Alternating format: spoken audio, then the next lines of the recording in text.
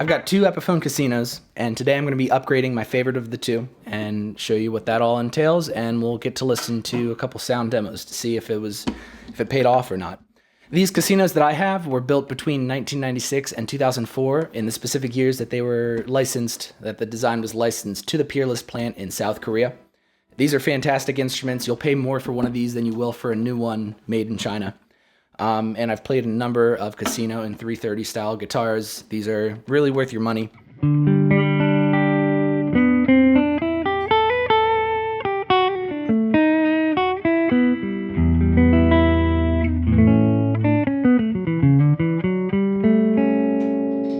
The red one was the first one I purchased, and it's probably the worst experience I've ever had with a reverb seller. Please pardon my voice here, I'm a little sick. The guitar showed up. It was sold like new, even though it's a 2004.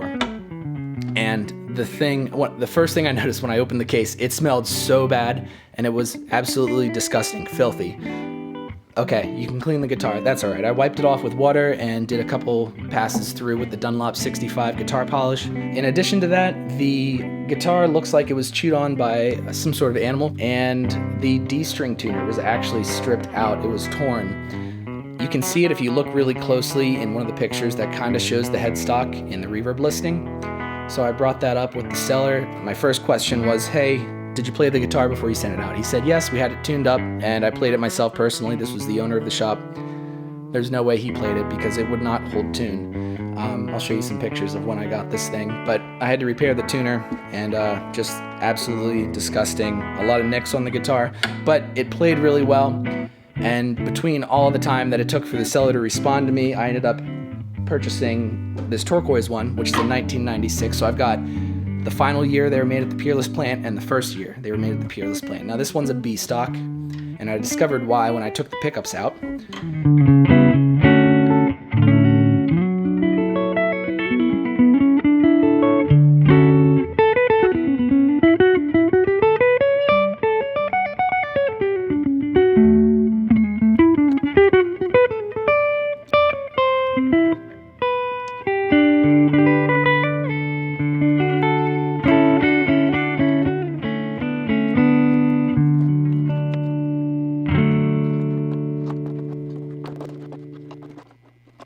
Got all the electronics out of this one. There's this one wire in here. If you don't know, this is for ground. So it just grounds to the bridge. I think in this case it actually goes back here to the tailpiece. But here's the neck pocket. Here's a close-up. Here's what it's supposed to look like. If I can get that in focus. And then on my blue guy over here, here's what I suspect caused it to be marked as a factory second, and I think also is the culprit of why it just doesn't resonate as well. Look at that massive gap in there that they just filled with a shim and some glue.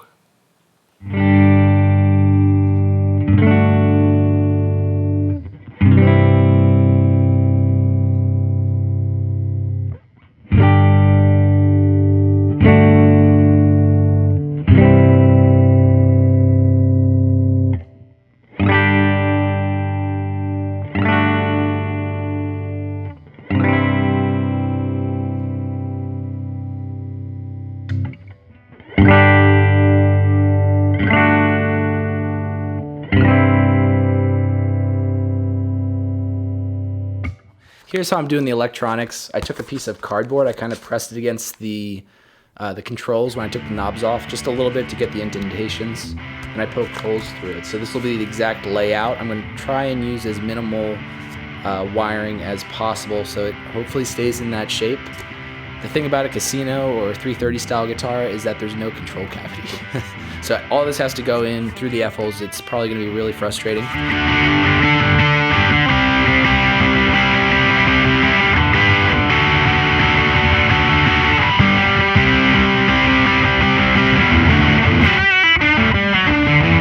Electronics wise, and I've labeled everything, that's going to help too. Went with the Gibson L style skeleton switch. That was probably the most expensive thing. Everything else I had sitting around, including the varitone. I'll put the brand name of the varitone here if I remember it. I have these are all 500K pots. I've got an audio taper for the volume. and I measured the neck and the bridge. I found a 500K pot that was actually measuring around 400. So I put that in the neck, and then the bridge was properly around like 5 or 515 or something. Switchcraft output jack, and I labeled the back side of it too. So I've got my electronic stuff here, some music pulled up. A couple example of great players you might find that are playing a 330 style guitar or a casino. Robin Ford played a casino for a long time. Forget the guy's name. Listen to the new master sounds. He's played like a mid-60s Gibson 330 forever, and he has such a cool sound. And of course, one of my heroes, Grant Green. There it is. Went with a 22 for the neck tone control, and a 47 capacitor for the bridge. I also like to, especially when stuff gets really close in here, I like to use a little bit of electrical tape just to make sure as stuff goes in and moves around, it doesn't accidentally like short out to ground or something. So a little bit of electrical tape there protecting the selector switches. There's the completed electronics. So I got the guitar together, all the electronics back in. It was one of the most frustrating things I've done in a real long time, and I'll talk through a couple of the issues that I had and how I overcame that. Let's talk through the electronics real quick. Like I said, the pickups, these are the Lollars that came from the Turquoise Casino.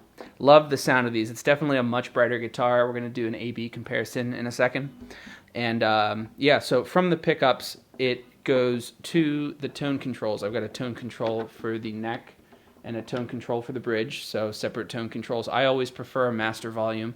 I don't like switching between pickups and having to work with two volume controls. I'd rather have a master volume. So I've got a 500K no-load audio taper potentiometer for the master volume. And I've got 500K pots as well for the tone controls, with a 47 on the bridge and a 22 on the neck, both orange drop type capacitors. And then finally I have a varitone, so I swapped out the two volume controls for one master volume and the varitone. This is made by a company called Lisle. I'm a huge fan of this. I've been playing this. I gigged it. I had kind of a busy week last week. I had 5 gigs, used it on all of them. I'm a huge fan of the varitone circuit already. Position 1 is a bypass. Position 2 is it rolls off a little bit of high end. Position 3 seems like it rolls off high end at a slightly lower frequency, so you get more high end roll off. Starting on 4, we start to lose some low end. 5 is even less low end, and 6 is really, really thin sounding. So let's do a quick demo of this varitone by Lisle.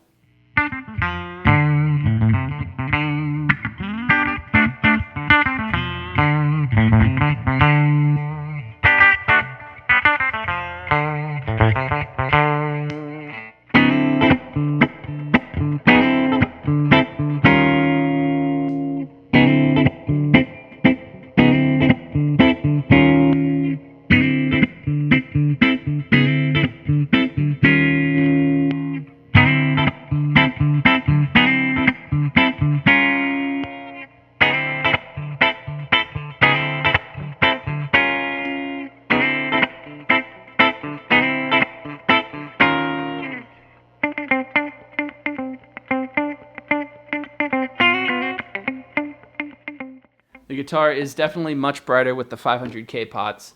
A lot of people say like 250K for single coils. You can actually find some 330K pots that people tend to like for P90s. I wanted to go with 500K just to make sure that I have the full range of tone available. I'm not losing any high end. So the stock sound with the tone controls all the way up is a lot brighter than it was before. These pickups, I think, are a little bit brighter maybe than the stock pickups, so that goes into it as well. Let's do a little A-B comparison.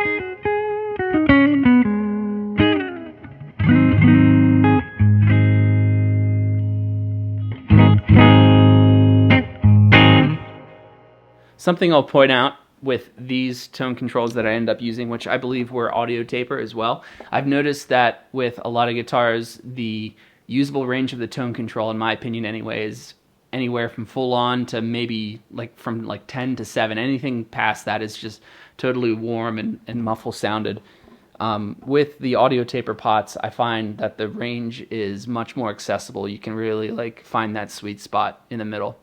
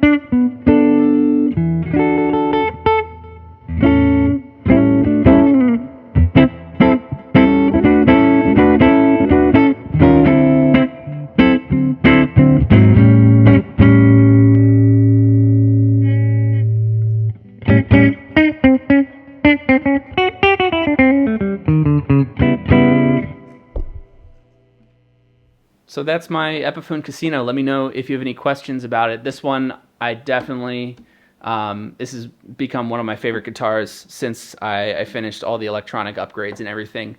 Stuff still on the list here. I want to put a new nut on it. I think I'm going to go with a bone nut. I was originally going to steal the one from that guitar, but I don't want to have to worry about recutting it or if it's a different size. So I'm just going to get a new one put on at some point, probably new tuners, which is going to help the tuning stability between the tuners and the new nut. And I also want to try nylon saddles. These guitars, for a number of years, were shipped with nylon saddles. That's something that Gibson was doing in the 60s. And so I've always wanted to try that sound out. That might be the topic of a future video. I've got a lot of videos on the channel, jazz guitar related stuff, guitar setup, gear demos, of course. So take care, thanks for watching, and I'll see you in the next one.